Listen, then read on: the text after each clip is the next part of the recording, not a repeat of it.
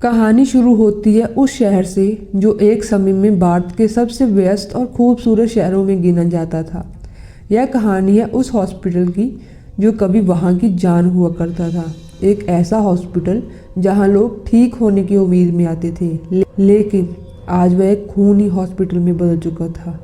लोग कहते हैं कि रात होते ही इस अस्पताल में अजीबोगरीब चीज़ें होती हैं।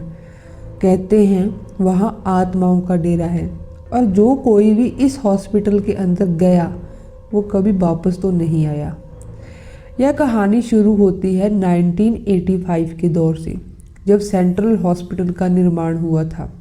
शहर के सबसे बड़े डॉक्टर अशोक वर्मा ने इस हॉस्पिटल की नींव रखी थी। वह एक मशहूर सर्जन थे, लेकिन उनके बारे में एक बात बहुत ही कम लोग जानते थे कि वह अपनी एक खोई हुई बेटी के गम में डूबे रहते थे। किसी को पता नहीं चला कि उनकी बेटी कहाँ गई और यह गम उनकी ज़िंदगी का हिस्सा बन गया। धीरे धीरे हॉस्पिटल में अजीब घटनाएं होने लगी।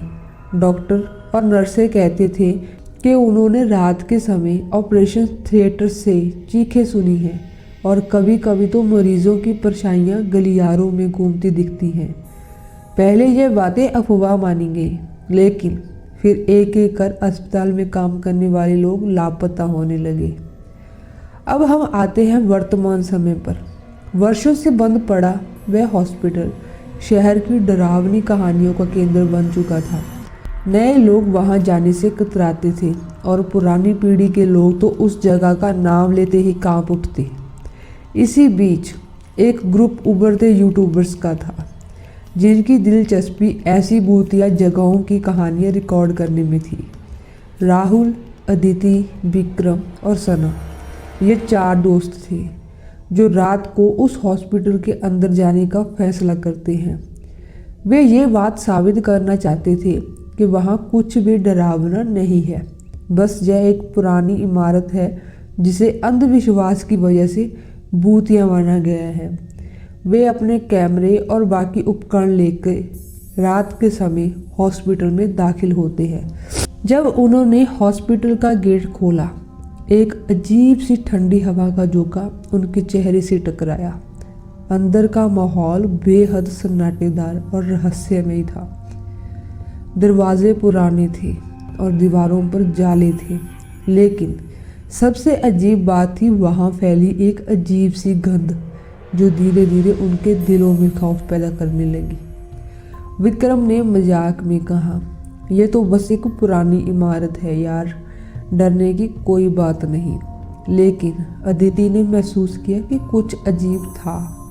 वह बार बार पीछे मुड़कर देखती, जैसे कोई उनका पीछा कर रहा हो। उन्होंने अपना पहला कैमरा अस्पताल के पहले फ्लोर पर लगाया और रिकॉर्डिंग शुरू की। वहाँ कुछ खास नहीं था, बस पुरानी फाइलें और टूटे फूटे उपकरण। लेकिन जैसे ही वे ऑपरेशन थिएटर की ओर बढ़े, उनकी रूह कांप उठी। ऑपरेशन थिएटर का दरवाज़ा थोड़ा सा खुला था। जैसे ही उन्होंने उसे खोला, अंदर का नज़ारा देखकर उनके होश उड़ गए। वहाँ ऑपरेशन टेबल पर एक पुराना खून का धब्बा था और दीवारों पर अजीबोगरीब आकृतियाँ बनी हुई थी। विक्रम ने कैमरा चालू किया और अदिति ने टॉर्च निकाली। तभी अचानक ऑपरेशन थिएटर के पीछे का दरवाज़ा अपने आप बंद हो गया। सना ने डरते हुए कहा, यहाँ कुछ तो गड़बड़ है, हमें वापस चलना चाहिए। लेकिन राहुल ने कहा, अभी नहीं, हमें और रिकॉर्डिंग करनी है। जैसे ही उन्होंने आगे बढ़ने की कोशिश की, अचानक से एक अजीब आवाज़ गूंजने लगी। वह आवाज़ एक छोटी लड़की की थी जो बार बार मुझे बचाओ, मुझे बचाओ कह रही थी। सबके रोंगटे खड़े हो गए। अचानक विक्रम ने देखा कि ऑपरेशन टेबल के पास कोई परछाई खड़ी है। वह धीरे धीरे विक्रम की ओर बढ़ रही थी। सबने दौड़ने की कोशिश की, लेकिन जैसे ही वे दरवाजे तक पहुँचे, दरवाज़ा जाम हो चुका था। अब वे फंस चुके थे। उसी पल एक पुराना नोटिस बोर्ड राहुल की नज़र में आया। उस पर लिखा था, डॉक्टर वर्मा की बेटी का ऑपरेशन विफल, उसकी मौत की पुष्टि। राहुल चौंक गया।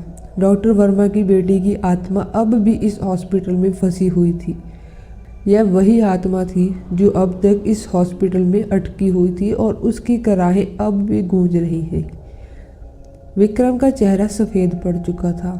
उसने कहा, हमें यहाँ से निकलना होगा, लेकिन अब बहुत देर हो चुकी थी। अचानक दरवाजे के पीछे से धुंधली आकृतियाँ उभरने लगी। वह छोटी लड़की सामने खड़ी थी। उसकी आंखें गहरी और शून्य में घूर रही थी।